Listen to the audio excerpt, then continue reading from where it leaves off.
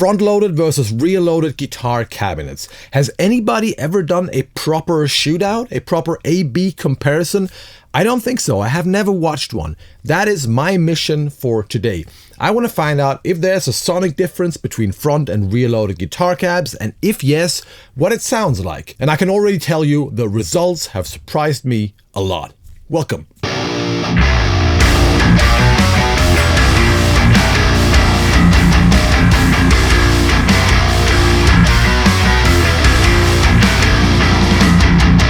In case you don't know what rear and front loaded means, let me quickly explain. There are simply two ways of mounting a speaker to the baffle. You can screw it from the back or you can screw it from the front, right? Most classic guitar cabs, like from Marshall or from Mesa Boogie, are rear loaded. That means they have a removable backside, and then you screw in the speakers from the back. Then there are other brands that do it the other way, like Engel, for example, or Coffee Audio, where you just remove the front, the grill, and then you can screw in the speakers from the front. So the internet is packed with rumors and myths and opinions about how front or rear loaded cabs are supposed to sound. Some people say front loaded sounds more direct, more in your face, tighter in the bass, but who knows, because it's not that easy to find out. There's only one way to do a proper shootout, a proper comparison, and it works like this. You got to use the exact same speaker, not only the same type of speaker, the exact same speaker, and you got to move it from cabinet to cabinet. You need two cabinets that are identical or as close as possible to identical, one front loaded and the other rear loaded. Then you got to record IRs, impulse responses, through those two setups, and you got to have the cabinet in the exact same position in the room. You got to use the same mic with the exact same mic position. That's the only way to do it. But if you do it right, you end up with two impulse responses, and if you have those two IRs, you are actually able to switch between front and rear loaded. That's the only way to do it right. The problem is that there are not many brands who actually do both front and rear loaded cabs. I'm only aware of two, and that is Dietzel, and the other one is Fryette. And since I am a big Fryette fan, I'm actually playing the Deliverance 2 Plus amplifier in this video, I decided to get in touch with them and ask them if I could borrow two 4x12 cabs, because they make one cabinet called Deliverance, a 4x12 cab called Deliverance with rear-mounted speakers, and one called Fat Bottom with front-mounted speakers, both coming with custom faint speakers. They sound really good sounding cabinets. I actually used the Deliverance cab and it sounds like this.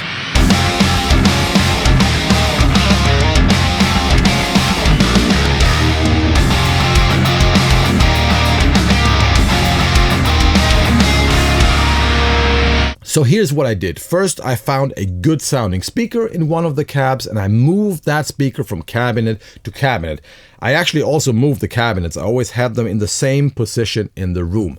And then I created IRs, impulse responses, of two different microphone positions. I really took care to make sure that the mic position is always the same. And now we can jump right over into the DAW and hear the results. So here we go. Let me show you my setup. I'm playing my Fernandez Ravel guitar with EMG 81s. I'm going into the Fryette Deliverance 2 Plus. From there, maybe you can even see it, I'm playing this Fryette load box, which is called Power Lead IR. From there, I'm going into the IR player, this one here from STL Tones, where we can switch between the IR. So I'm playing a real tube amp through a load box into the IRs that I've just created. And I started with the Deliverance cab, the rear loaded cab, because first I wanted to find a good sounding speaker. And just to show you how different two identical speakers in one cabinet can sound, have a listen to this. Speaker 1.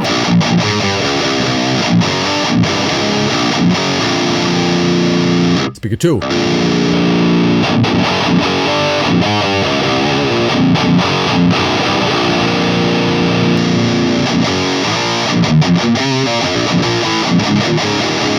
Massive difference, right? This was recorded with an SM57 pointing right at the center of the dust cap. I also have another, maybe more reasonable mic position, which is at the edge of the dust cap. Speaker 2.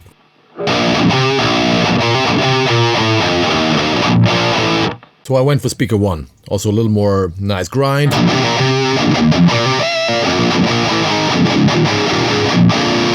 And then I moved the speaker into the other cabinet. And what we got here, have a look, is 2 IRs of the front-loaded cab and 2 IRs of the rear-loaded cab. So I can easily toggle between them. So let's start with this one. This is the deliverance cab, rear-mounted.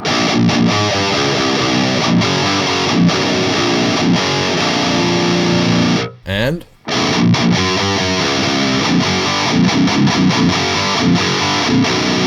that's front-mounted.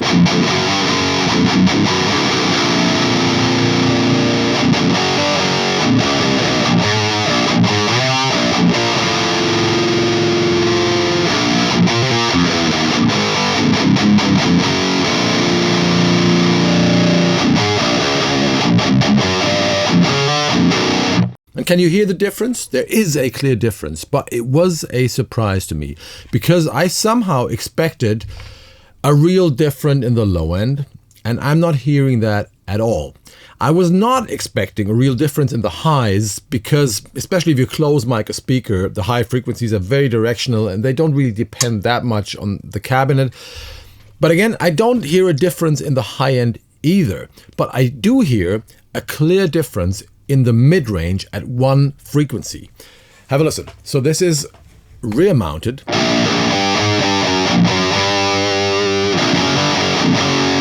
There is a certain honky frequency that goes away. Just disappears in the front mounted cab. Let's go to the other mic position and it's exactly the same thing. Rear mounted.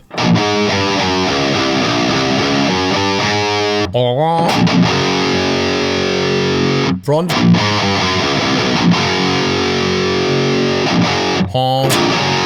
And if you don't know what I'm talking about, have a look at this. I just quickly looked for the frequency. It's this one.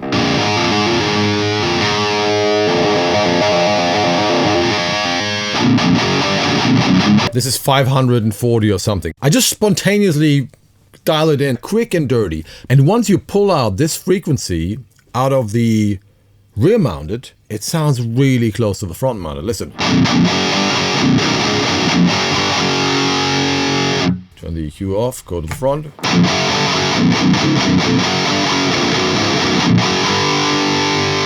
Again. Very close, right? And now you can hear that there is no real low end difference. Nice low end, great sounding cabs. Front. Identical, more or less. Let's focus on the high end one more time.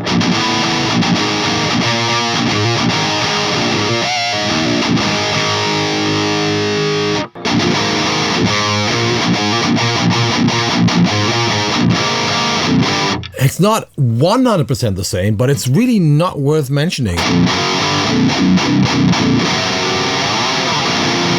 And that kind of surprised me. No difference in the low end. Everybody talks about how the low end is different. I can't hear it. At least not if you close mic. It might be a different thing if you're standing in the room or something, but I don't care how cabinets sound in a room. I'm a producer, you know. I just care how they sound close mic'd. And they sound pretty much identical except for this frequency. That was a real surprise.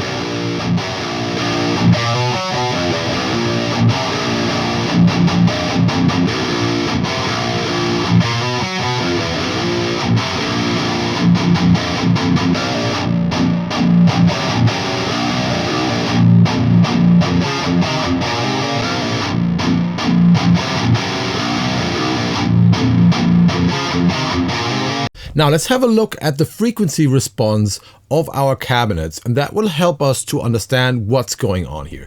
So what you see here, this thing here is a giant frequency sweep from 20 Hertz to 20 kilohertz, and here from the lows to the highs you can see the frequency response. Let's have a listen. of our different cabinets. And all 4 examples you can see here are the rear-loaded cab. And you should have a look at this. There's a null here, you see that? Like pretty much silence, followed by a big bump. And this is exactly the frequency we are talking about, 500 something hertz. You can see it here, you can see it here, here, and here. I can even show you, listen, here, 540, boom. Now, if we go to the front-loaded cabinet down here, it looks quite different. First of all, we don't have the null here. It still becomes more quiet, but we don't have the bump at all here, but a pretty linear fade-in kind of. And you see down here, we have a rear-loaded example again, not a total null, but this bump again. And that got me thinking. And that was the moment when I knew that my test was kind of flawed. And you know why? Because I remember what my friend Nolly told me. And that has to do with the behavior of straight cabinets where the speakers are mounted like in parallel to the back wall, where like the sound is reflected from the back wall, and they all show the same behavior, which looks exactly like this. So there is a null, a total null, exactly at the frequency, which is at half the wavelength of the depth of the cabinet. So a cabinet, for example, has 30 centimeters or something, and then you can look up the frequency of the wavelength, and half of it is this 540 something in this case. And you always have this dip, this very narrow dip in the frequency spectrum, and you don't really hear that, but what you hear is something that happens above that, and that is this bump. So this bump is characteristic and typical for every straight cabinet. And if you have an angled cab, you will see that behavior in the lower speakers that are straight, but not in the angled speakers. Now, when I saw this, first I was like, wow, maybe I've just discovered something amazing. Maybe if you have a straight cab, but you front mount the speakers, maybe what happens is this, that you kind of reduce that effect and make it sound less honky. How cool is that? Yeah, but then I had a closer look at the cabinets. I should have done that before, and I could see that the speakers in the fat bottom cab, the front loaded speakers, are slightly angled. And that is the reason, I'm sure about that we have this honky frequency in the deliverance cab, but we don't have it in the fat bottom cab. And it has nothing to do with the fact that these speakers are front or rear mounted. And that was kind of disappointing. That was, I gotta say that was kind of disappointing. And I repeated the same test with other speakers. I had a cream back and put it into the same position and did some IRs, and it was always the same behavior. You always had this build up in around 540. But then again, you know, a guitar cab is not linear. So maybe for some other kind of music, maybe for a blues rock or maybe for clean tones, this is actually a cool thing. So there's no right and no wrong, but my conclusion is that I really prefer the fat bottom cab because it doesn't have that honky there. On the other hand, you know, I did a complete song with the Fryette Deliverance cab recently, and it sounded great. So it's like, But yeah, what we take away is, this is important. I think it's a myth. You know, it's a myth. Doesn't matter. Doesn't matter if you screw them from here or from there. It doesn't really matter. I don't think it matters. That's kind of disappointing. So one more time, the reason why those two cabs sound different, close mic with a 57, is the fact that one of them is slightly angled. That's the difference, not the question if they're front or rear mounted. Now, I also called Stephen Fryette and asked him like, oh my God, my test is flawed. Are there any other constructional differences that I should know of?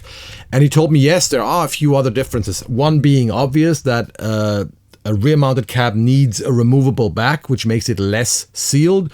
But there are some other differences in the construction. But I think they mainly have an influence of how the cab sounds in the room. Stephen said that the Deliverance cab, for example, sounds more omnidirectional in the room, you know, compared to the fat bottom cab, which is more directional. But this is all nothing that a 57 right in front of the speaker picks up or can hear. There was no different in low end. There was no different in volume. It sounded very, very much the same, except for this 540 hertz frequency, which clearly comes from the fact that the speakers are angled. So I would say, drum roll, front versus rear mounted. There are other things that are way more important. First of all, the speaker. You've heard it. Even two identical speakers can sound very different from each other. Secondly, the angle makes much more of a difference than the question if you mount it from this side or from the other side. Interesting, don't you think? But these are all first world problems, right? The good news is that both cabs sound amazing. I would personally go for the fat bottom cab for this kind of music because it doesn't have that honk. And also from a purely practical point of view, I prefer front mounted cabs because I like having my cabs close to a wall. And that way, with a front mounted cab, I can swap the speakers without moving the cab and without removing 15 screws from the back. So it's way faster. So I would go for the fat bottom cab. I prefer that one for the kind of music that I'm doing. But those cabs sound both amazing. I also do like the speakers, the faint speakers in there. I prefer the faint speakers to the other speaker they have, the P50 something from Eminence. Also a good speaker, but I prefer this one, to be honest, in this cabinet. Great cabinets. If you're looking for an alternative to what everybody else is playing, check them out. That's all for today. Don't forget to subscribe to this channel. Let me know what you want to see in the future. I love doing guitar tone experiments, so shoot with your ideas. Thanks for watching. I see you in hell, motherfuckers. Bye-bye.